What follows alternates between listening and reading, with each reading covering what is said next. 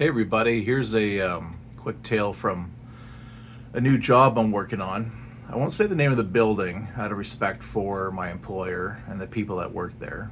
Um, and I won't say the job I'm doing because they'll give it away, but I started this new job. As you know, it kind of got canceled by the Liberals there a few years back. And so I'm working with this construction company. Pay is excellent, but it's hard work.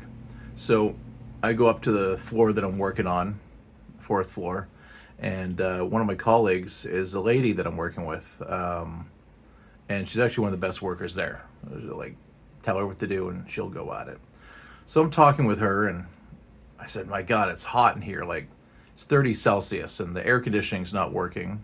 I know because I'm smashing it to bits with a sledgehammer." And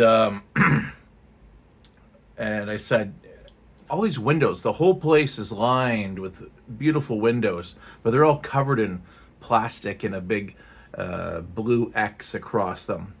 And I said, "Oh my, I just love to open up one of these windows." And she goes, "Oh, the foreman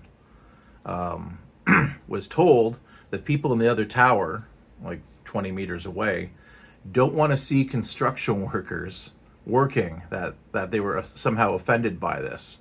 And I was like, okay, my subconscious must be making this up. This is like the narrative stuck in the back of my head. But she goes, "No." She goes, "They were like offended by seeing construction workers, so this is why all the windows are all covered over." And I was like, "You got to be kidding me!" I'm like, so she was kind of like on the same bend I was on about this two-class society, and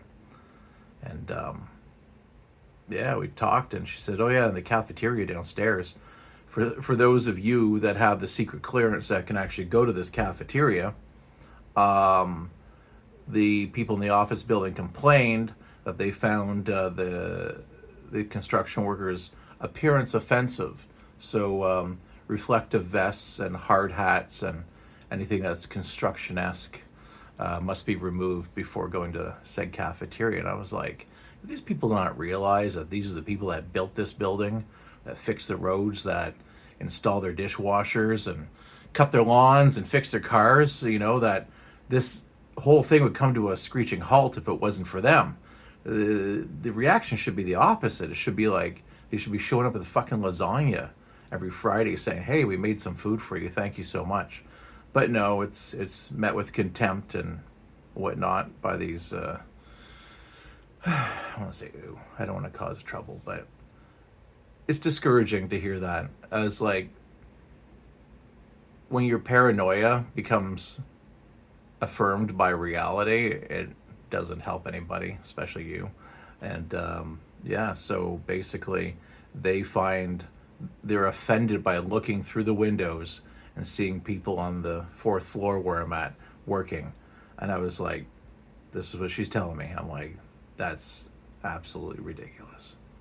But it says something about our society, and it says something about why the truckers were greeted with such disdain by many people, probably in Westboro and the Glebe and whatnot, and downtown, and why they were greeted as welcomed as heroes by those in the rural areas. There's a gap, and I think that gap is becoming dangerous.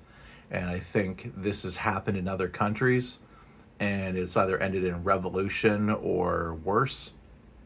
And it shouldn't get that to that point. I think the government has the blowhorn and needs to change the tone, because I'll tell you right now, the tone's not going to change from the people that they require to build our society. So it's going to have to be those who are the great benefactors, or those who benefit the most, I should say, to start changing their tones and become educated on what these people go through. Maybe have a week every year where, you know, Sally and Jim from whatever, let's Transport Canada, have to show up and swing a sledgehammer or cut rebar in the sun for 8 hours a day. I think it's a good idea. It'll help everybody out.